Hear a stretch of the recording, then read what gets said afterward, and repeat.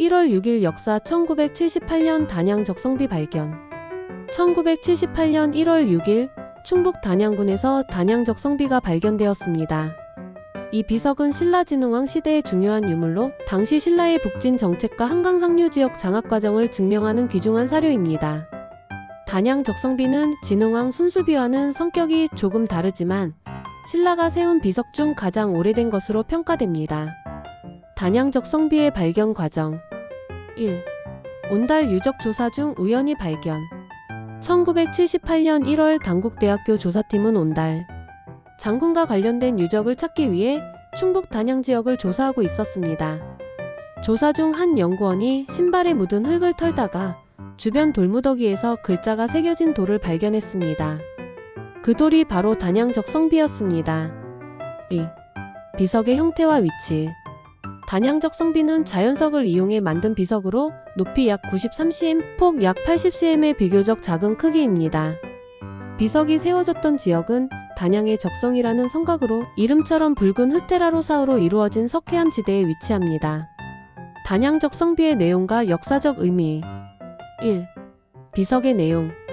비석에는 신라가 단양 지역을 점령하고 이 지역을 다스리기 위해 설치한 새로운 질서를 기념한 내용이 새겨져 있습니다. 비문은 훼손된 부분이 많지만 신라 진흥왕 시기에 이곳이 신라의 영토로 편입되었음을 보여줍니다. 진흥왕이 이 비석을 세운 이유는 단양 지역 주민들에게 신라의 통치를 알리고 왕권의 정당성을 과시하기 위함으로 해석됩니다. 2. 단양 적성비의 성격. 순수비와의 차이. 진흥왕의 순수비는 왕이 직접 순행하면서 세운 비석이지만 단양 적성비는 순수비가 아니라 지역 점령과 지배의 기록을 담은 비석입니다. 단양 적성비는 신라가 한강 상류 지역을 장악하는 과정에서 세운 중요한 비석으로 신라 초기 확장 정책을 상징합니다. 진흥왕의 정복 사업과 비석들. 신라 제24대 왕인 진흥왕제의 54만 576년은 신라의 정복 군주로 불립니다. 그는 활발한 정복 활동을 통해 신라 영토를 크게 확장했으며 이를 기념하기 위해 여러 비석을 세웠습니다. 1. 한강 상류 단양 적성비. 진흥왕은 한강 상류 지역을 점령하면서 단양 적성에 비석을 세웠습니다. 이는 신라가 한강 유역을 장악하기 시작했음을 보여줍니다. 2. 한강 하류 북한산 순수비. 한강 하류 지역을 점령한 뒤 세운 비석으로 신라가 백제와 고구려를 압박하며 영토를 넓혔음을 상징합니다. 3. 대가야 점령 창녕비. 562년 대가야를 점령한 후 경남 창녕에 세운 비석으로 가야를 신라 영토에 완전히 통합했음을 알리는 기록입니다. 4. 함경도 진출 황초령비와 마울령비.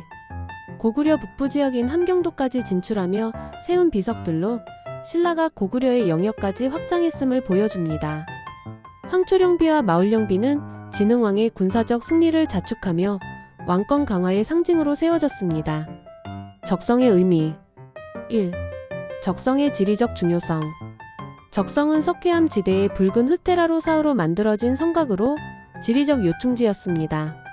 신라는 이 지역을 점령함으로써 한강 유역으로 가는 중요한 길목을 확보했습니다. 2.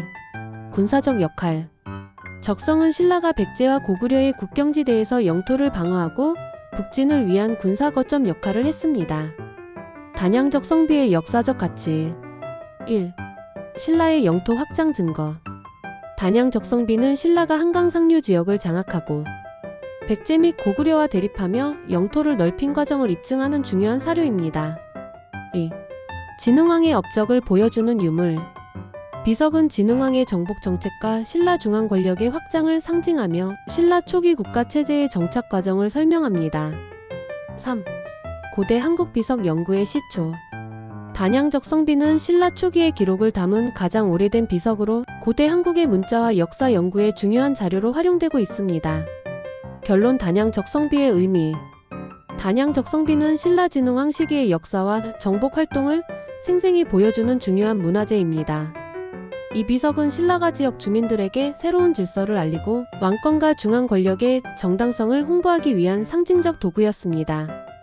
발견 당시의 우연성과 흥미로운 배경, 그리고 그 역사적 가치는 단양 적성비를 한국사 연구의 귀중한 유물로 자리매김하게 했습니다.